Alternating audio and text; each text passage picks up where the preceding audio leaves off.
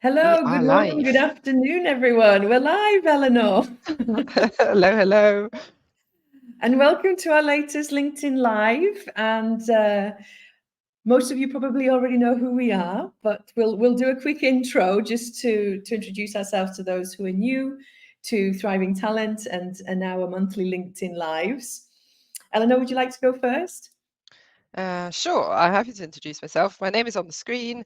I'm head of client accounts at Thriving Talent. What does that mean? It means I'm responsible for the existing client business, which also means that I know quite a lot about what we do for all sorts of different clients that we work with. I think we're currently working with 40-ish clients at different stages on their DEI journey. So that's why I'm happy to be here today to share inputs on kind of depending on where you're at in the process and in making progress, what different ways of approaching the DI journey are. Natalie, what about you? I am the co-founder and co-CEO of Thriving Talent. And I wear lots of different hats, as Eleanor knows, within the business. And one of them, two of them are I work on the consulting side, so supporting some of those 40 clients, developing their strategy and roadmaps and then implementing them. And I'm also a trainer, so I deliver a lot of the trainings that we have on diversity and inclusion, including inclusive leadership and other inclusion topics and skills. So it's a real delight for the two of us to be with you today and to share some wisdom, some tips, some insights on how you can make manageable progress implementing your diversity, equity, and inclusion strategy. Eleanor, I feel a little bit shorter than you today. I think like yours Oh is a no, we little need to bit higher sort than out mine. our.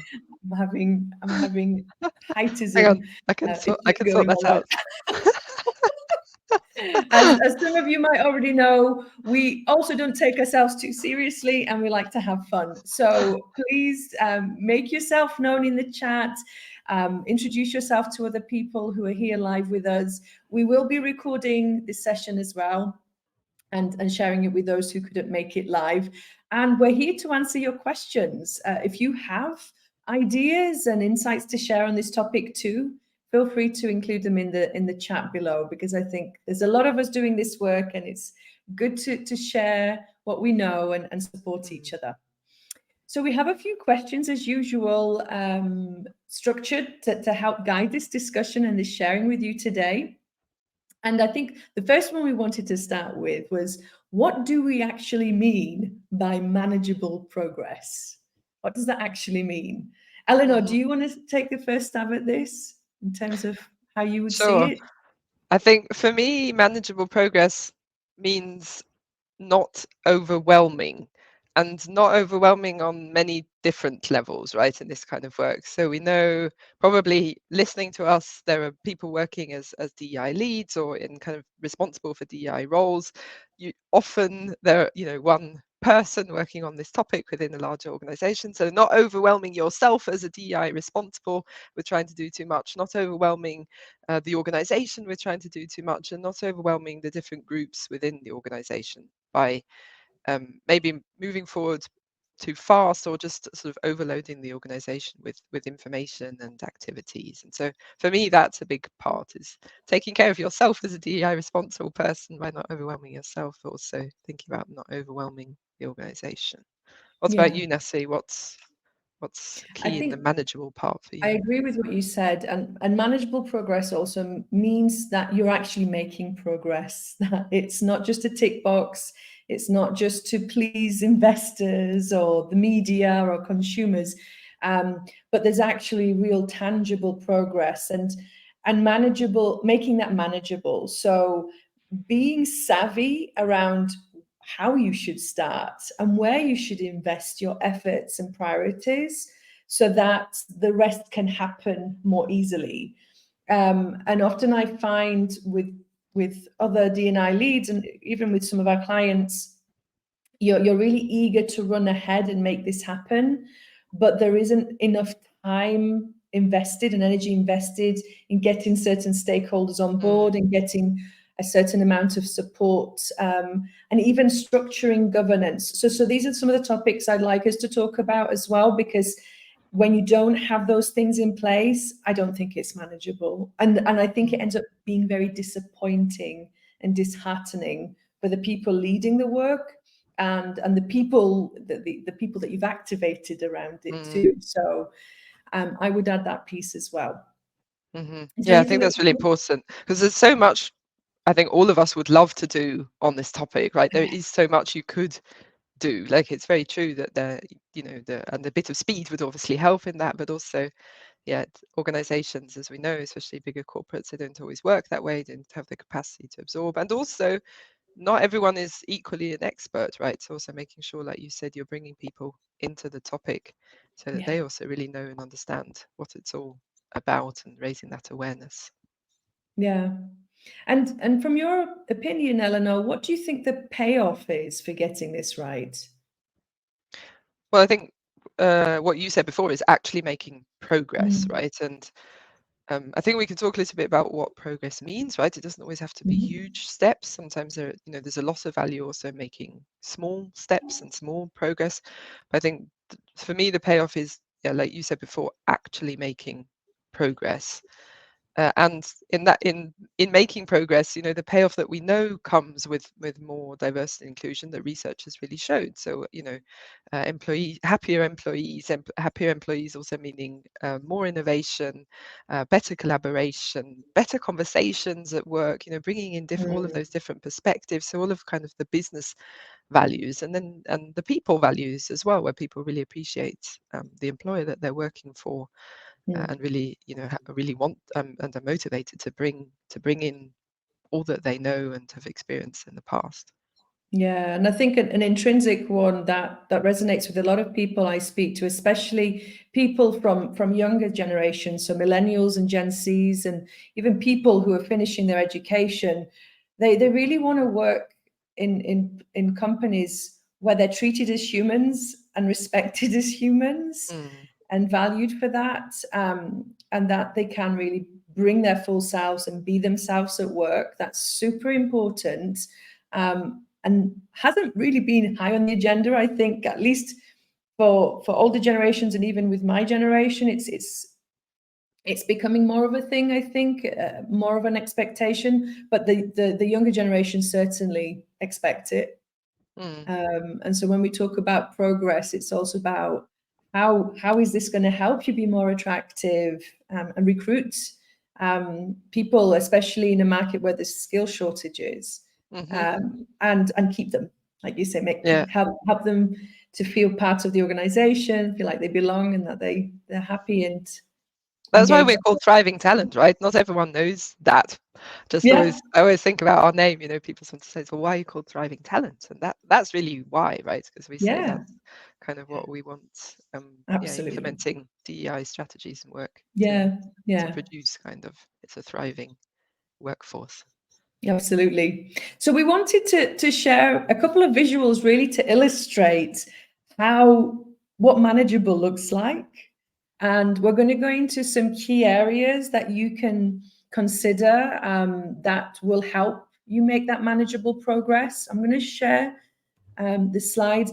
As you can see on this first visual, it's quite busy and, at least for me, very overwhelming. I don't know about Mm, you, Eleanor, but I same. start I'm to not feel even sure how anxious. to read it. Although I think we should say, if this works for you, we don't want to say that this can't work, right? There are organizations and people that, function in different structures and things. But yeah, for me, uh, if I just look Yeah. under 2021, right, you can kind of count. It's like, I counted yesterday, it's almost 20 different actions, or kind of, if I count each Absolutely. little arrow as an action, it's a lot for Yeah. 1 year. This is a classic example of a very busy D&I roadmap spanning the term of 3 years. And I really admire the ambition and the optimism in here. And I think many companies, especially D&I leads or people who've been assigned that task, have bag loads of optimism and enthusiasm. And I think there's some such specific commitments being made here that I believe there'll be a lot of changes happening after the first year. I'm sure they were, because we set out to do all of this, and then going into the first year and getting to the end of it, you realize actually this is a lot harder than we thought. And if they're not being given the proper sponsorship, resources and budgets, it's just not going to happen, especially when you've got so many other factors competing, like cost cutting, the market's been affected by the socioeconomic issues around the world. It needs to be manageable. And what's for me not present in this roadmap, I don't know about you, Eleanor, is that there's no clarity as to how this is going to be sustained in terms of the governance is missing or hidden in this structure. So maybe if I go to the second example, this is a great example that is featured, created and featured by the Winters Group, which is a D&I consulting firm in the US. And what I really like about this strategy map and roadmap essentially is that it's really clear about who's being engaged from the beginning. And you can see that the continuum on the x-axis is really about ongoing leadership involvement. What do you think about this, Eleanor? Yeah, I like this one. I mean, it's interesting because it's similar in the sense of it's also across 3 years, right? So you can say they're kind of, maybe they're at a different starting point. We don't know that exactly, but I really like the fact that it shows how this is also cascading through the organization. And one thing we always say, Natalie, and then we'll talk about that a bit more as well, is the importance of engaging senior management, senior leadership, really, really early on in the process, right? And I think this roadmap for me really shows how that's kind of happening, and then you can also see how other things kind of come in then over time and over the years of moving forward with the topic. Absolutely. And I think that's probably one of our key recommendations and insights from what works on making this journey manageable and making progress, is that you really do have that engagement from the senior leadership team early on. There's some who will move towards a bottom-up approach, and that has its merits and its value, but the progress is slow. But at least you're doing something, right? I think bottom up is great as well, right? It's good to have that movement, and it's good to engage the leadership through a bottom up movement, right? If they can really say this is not something, like you said, that's just a tick box exercise and we have to do it because it's part of achieving our sustainability goals or something, but it's actually, companies actually taking over it because people in the company really think it's relevant and important, and are asking for engagement on it as well. So absolutely, I think if you can kind of have a bottom up movement that supports that leadership engagement, that's amazing. Yeah. But yeah, so on I its think own, like you say, slow progress. It's not going to be progress. So the key thing that we wanted to cover with you today is what types of actions or initiatives will support manageable progress, and what are some examples of this. So if I move us on to the next image here, I think this is a nice summary of some of the best practices that we've come across and would endorse and implement on behalf of our clients as well. We're not going to get through all of them because we've only got another 15, maybe 17 minutes left with you today, but we wanted to touch on some of the most important building blocks. And as Eleanor and Tom Waterhouse discussed in our previous LinkedIn Live, this journey is a puzzle. And it's not a cookie cutter approach. You can't say start with this, followed by this, end with that, because it's so different for each organization. And then if we even consider the local approach, the global localizing aspect to this, it's not always going to be the same for every region that your business is operating into. So I think maybe following on from the last image, Eleanor, we should probably start by talking about inspiring the C-level. Absolutely, because as we know, you're not going to get very far if you don't have support from the top. I noticed a little typo there, so apologies for that. It should say invest in masterclasses and identify sponsors. But maybe before we go into more detail on that, what would you like to highlight around that, Eleanor? Is there anything? Well, I think, well, you've kind of mentioned things there. So I think sponsorship is a big topic always, right? I mean, in general, budget in most areas is a big topic, but I think sponsorship doesn't only have to mean budget, and I think that's a good reminder sometimes for in DEI. So having sponsorship also in terms of other resources, or people investing their time in sponsorship, also in terms of being present, the leadership being present and role modeling and showing those things. So, and I think that's really why engaging them right at the beginning is key, so that they have that understanding of what it is about and how can I bring myself in, and what is my role. And that's why these sort of master classes, as you've called them here, Natalie, on shaping their understanding of what it's all about and what their role is and how they can role model. Because I think, again, and I know I say this very often, right, we tend to assume, I think wrongly, that everyone knows as much as we do about the topic and is equally kind of motivated and engaged and keen to move ahead, and not everyone has the same understanding. Why would they? They come from different areas of expertise, and they don't maybe have a DI or an HR or that kind of background, right? So also making sure that they're comfortable with the topic and have the knowledge that they need to really be those sponsors and role models moving forward. Absolutely, yeah. And you can't underestimate how much time this might take, especially at the beginning. You want to ensure that they've invested at least one full day doing this, at least. And that's it's not a one-off tick box either. This is going to be a continual conversation between them to align on what is our vision, what are our expectations, how do we see this adding value to our business model and stakeholders, our consumers, our investors.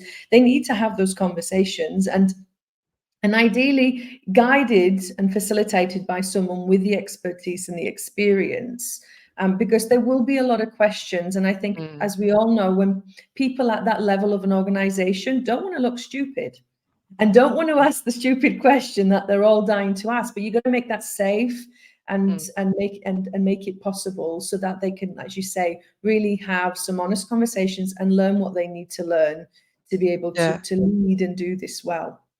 And I think what we always say, which is worth saying, or I always think worth saying again, is it's not always going to be comfortable, right? So also, I think having someone facilitating that conversation that can also hold the space of having conflicting opinions on maybe reasons why, or how important things are, or what aspect exactly is important and how they want to move forward, is really, really valuable. Because DEI work, as all of us know who are in this space, it's not always easy and it's not always comfortable. And even though we might think it's kind of obvious why we need to do things, there are many different perspectives in the room, right? And making sure that we're holding that space. Absolutely. So think about how you can engage them, what formats. I would encourage you to avoid adding it as a topic on a very busy executive leadership team agenda. If they're getting together once a month to look at business as usual topics or strategic topics, try to make sure it's included on the strategic side, not the BAU side, because it will probably get bumped to the back of the list and you'll miss your slot because they've run out of time. And even better, dedicate specific time for this through short workshops, short meetings, just especially at the beginning, to get their buy-in and enthusiasm for it. It's really about inspiring them to want to lead that change. And then as they get more inspired and supportive, you can ask for more time from them. And as early as possible, getting real and factual about why they need to invest in this. As you said, Eleanor, what are the typical resources and budgets that are needed? Because that will also drive the conversation around what the priorities are and what they really want to commit to. Because it's not fair on anyone, especially themselves and the organization, to commit to a lot, but not have the resources and the tools to do it properly. And I think maybe that leads us on to the second puzzle piece at the end of on the right side of this image: measure outcomes and impact. I think it's important to say it's not at the end, because it needs to be done at the end, right? We were also discussing before, Natalie, right? It's not, these puzzle pieces aren't in a certain order, and some might be sort of iterative as well, so it might come again and again, and the puzzle might actually need adjusting at some point, which pieces fit together how, right? So it's not less important just because it's at the end of on the right hand of the slide. Yes. So what do we mean by this? And many set out by carrying out some analysis and assessment of the picture as it is. You know, what does our diversity currently look like? Different layers and different functions in different regions. But that's not the only thing that you can measure and analyze. You can also do other things, such as if you're running engagement surveys, if you have some questions that are linked to inclusion, you can measure the level of sentiment, the score on sentiment linked to inclusion and fairness and belonging. That's another important input. And on the back of those feedbacks you receive on surveys, you can also run focus groups or sessions with different populations to understand what the barriers and what the needs might be, and what ideas people might have in terms of what could be improved. And that can be very useful also into feeding around priorities and actions on your roadmap. But being able to measure that as is state is important. And then having a conversation about, you know, based on the vision and the priorities of the business, what is it that you want to continue measuring in terms of inputs and outcomes? And that can be both qualitative as well as quantitative. And in our experience, and also what we provide support with to our clients is, you know, building KPI dashboards or D&I dashboards is a really important tool, especially for leadership to keep coming back to the conversation and looking at what progress is being made, and creating some shared accountability and commitment to making progress is one thing for starters. Another thing you could be doing is, if they are keen to set goals around the demographics, let's call it gender, or around inclusion, also giving them tools to be able to analyze what's actually realistically possible over a specific time frame, is going to be important, because you don't want just to pull numbers out of thin air. You need, we have simulation tools that help our clients, for example, put in different parameters such as turnover by a specific demographic, promotion rates, retention rates, turnover and retention, promotion, development opportunities. Those factors can then really simulate what does a realistic goal look like, say in 5 years' time. Is there anything else you'd add to that, Eleanor? No, I think you've covered it really well. I really like the differentiation. I mean, we do always speak about diversity and inclusion, right? And diversity more in the sense of, counting kind of numbers of different groups and representation, and thinking about quantitative KPIs more along that side, and inclusion more about capturing sentiment and real experiences, and and the different ways of kind of doing that. And then the interesting part is, of course, combining those two, right? And looking at, okay, kind of the different people that are in the organization, are they also having different experiences? And that's exactly where then that where that really feeds into the roadmap of what do we need to prioritize if we're seeing that certain groups of people maybe have having a different experience to other groups of people, and how can we make the opportunities that they're having, or L&D, or whatever whatever it is, more equitable, more accessible to everyone. Absolutely. And then if you have that in place, it's really making sure that you're celebrating any successes, sharing lessons learned as well. I think that's important, to be transparent and to know how you're going to do better, and really celebrating role models too, those sponsors, those champions, the people involved, and really role modeling and inspiring others to change the culture. And the way that they collaborate is important. And one of the things that we haven't mentioned here, because we've assumed it's part of the strategy setting piece before you getting into implementation, is the governance. That's always going to be a super important foundational piece to all of this, because it really provides the structure and the impetus to be reporting, to be reflecting, and to be making decisions on how you move forward. So the measuring outcomes and impacts will be a very important piece to implementation to reinforce the governance model that you will put in place. So then I think we also wanted to look at improving policies and processes, and then implementing inclusive leadership and inclusive skills. Maybe lightly touching on the improving policies and processes.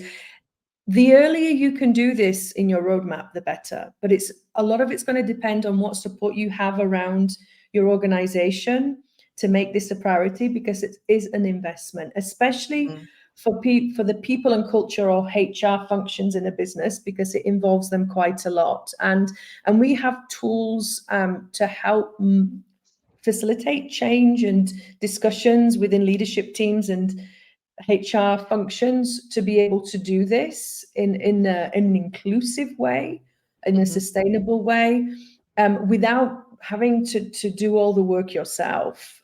Because when it comes to best practice around elevating and improving equity and inclusion in key people, processes, benefits, policies, it doesn't need to be a heavy lift. And we've done this for a lot of clients where they plug it into their governance model, and then that scales the approach across the different parts of the business or regions, just to make things easy and quick. But then the actual outputs of those discussions and reflections internally will drive your roadmap agenda and what you're committing to. Because of course, if you identify lots of opportunities for improvement, you can't do it all at the same time. So it has to be prioritized and sliced up so that it's manageable for everyone. Yeah.